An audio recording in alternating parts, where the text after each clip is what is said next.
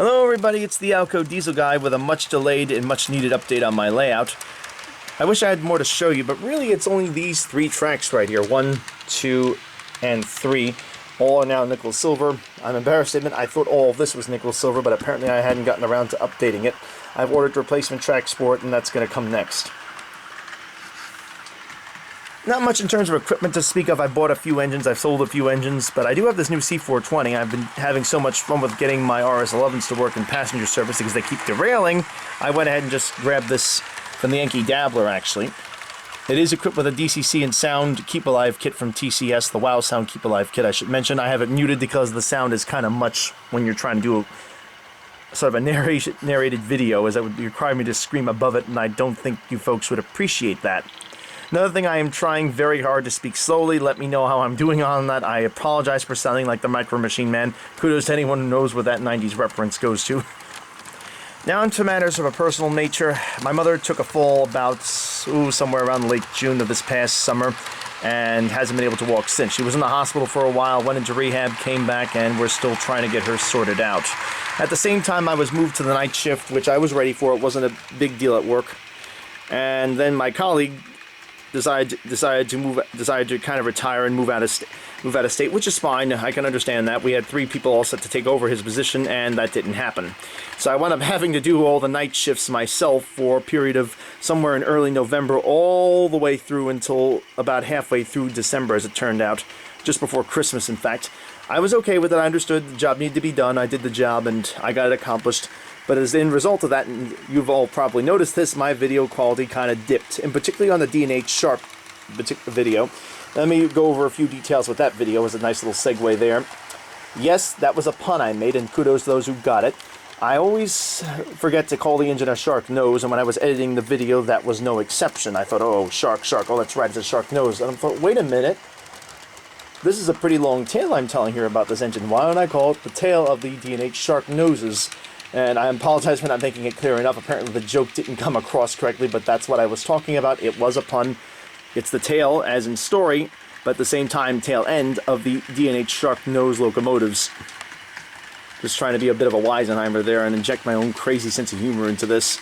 So kudos to those who got it. My apologies to those who didn't. I've now updated that description. I've quoted the, I believe it is tail on that to make it very clear, and I've also changed the picture on that to make the point even more clear. On top of all the other aforementioned issues with video editing, that video itself suffered because my system began to develop a problem. It would not stay running while I was editing. It would just randomly crash. The software would, and after having headaches after headache after headache, that's all I was able to salvage from all of the work I've done on that. And I wanted to get it done better, but there was just nothing I could do. The file was so badly corrupted, I don't know what caused it. I've since taken that computer and updated it to Windows 11. I would have switched over to my backup rig, which I was tempted to start on that, but that unit that I've actually made out of spare parts, well, I paid the price for being cheap on it, failed on me, and I don't have that one to edit on either. It was, again, an old gaming PC, which I just did some tweaks to. I got a lot of life out of it, I gotta say, but yeah, not quite enough to finish that project. So anywho, that's why that video was not so great in quality. My apologies to it. Kudos to Mr. Larkin for finally getting that one D&H Shark out of storage. Hopefully something will happen to the engine. As the gentleman had said, he was not going to actually donate it until he died. So I don't believe he's passed away. I don't believe he has. I sincerely doubt he has, to be honest. So I'd be interested to know exactly if that engine is going to get restored or not. If there are any other questions or anything else you'd like me to cover too, and I should mention this before I forget, please feel free to comment on this video. Just leave a comment there saying what you'd like me to do or work on. Again, I'm working very hard to avoid the Micro Machine Man /0 punctuation speak. Kudos if you can figure out those references I just made. That's essentially where I am right now. I would like to give a little hint at a video coming up. It's actually kind of 2 videos in one. As I mentioned before, that C420 that I've now painted out the end Norfolk and Western logos. Let me get a good shot of it as it comes by for you. There's the LIRR coming through here again. Yeah, I know that looks kind of tacky, but the LIRR actually did use these for freight service. I don't think they ever pulled container trains, to be fair, but this is my railroad, as Sir Topham Hatt once said, if I may quote the great Sir Topham Hatt, and I'll run it the way I want to, or something like that. So, yeah. Anyway, here's the Norfolk and Western coming out here. Yes, the light does work, but I managed to dim it because I hit the switch by mistake. It does have sound on it, and as you see, I've painted out the Norfolk and Western logos on both sides and taken out one number. Hint, hint, wink, wink on yet another project I'm up to with one of these engines. Again, this is in response to the Rapido RS11s, which I cannot get to run correctly for the life of me. They keep derailing. I've contacted Rapido, and what they have told me so far was to do all kinds of crazy things, like clipping the top clip for the front truck to give more clearance. I've done that. I've also been told to check the gauge on the wheels. But when I asked if they could send replacements, that's actually how they responded. So I'm assuming that means that they're not going to do anything for me, and I'm kind of on my own, which is completely unacceptable.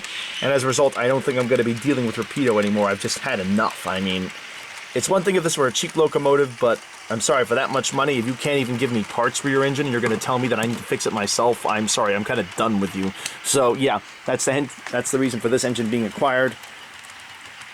Sticking with what I know, Atlas has always made excellent locomotives. They run like Swiss watches, as you can tell by this one, especially with the Keep Alive system on them. This is the perfect engine in my opinion. I'm going to stick with it. Rapido wants to try to fix things. Maybe I'll give him a shot again, but right now I don't want to know him. I'm kind of disgusted. The LIR, I should also mention that I got running here. The C420 also has the sound kit. It's also a Keep Alive. Anyway, here's another hint, where I digress. Here's another hint on what I'm up to. Note the road name of that particular engine. Also note the engine itself. This is an interesting locomotive. It's actually got a decoder in it, if you want to call it that. It's actually got an MRC decoder in it. Cringe. And it runs just as terribly, because we all know those engines, those decoders, in particular the earlier editions, did not run well. This one even has, and I don't know why someone would go through all this trouble. Apparently, like all engines, these always came with broken wheels. The gentleman or lady that owned this decided to pull the old wheels out and swap in plastic wheels, and instead of replacing them, swap in new gears, which is kind of stunning, and leave them brass. I don't know why you would do that now. It doesn't help the MRC decoder, which is kind of wonky. As you can see here, this is another problem. This exhaust thing keeps coming out. I'm going to have to glue that back on. But yeah, that's where that one is right now. So I'm probably going to put a new decoder in this. It's got all kinds of crazy lighting effects on it. But let me get some power to that section so I can show this off to you. This is partly what attracted me to it. You see here it's got the classification lights. This is a Proto 2000 again. It's not a Rapido, but has all the classification and brake light effects put in. That's not my handiwork. That's the previous owner's work.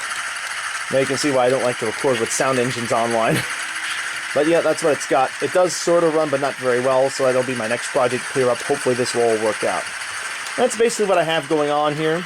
If there's any project, again, you'd like me to cover, again, post a comment in the video. Any comments about the quality of my videos. Again, the sound quality I think I'm going to have pretty well handled. I've got a new microphone on order, so we'll see how that works.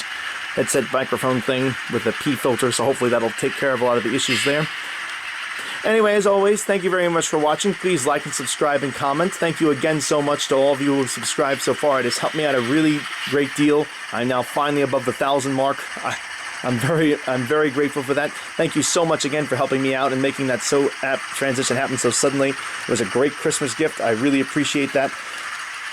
Thanks for watching, and as always, keep the metal side down.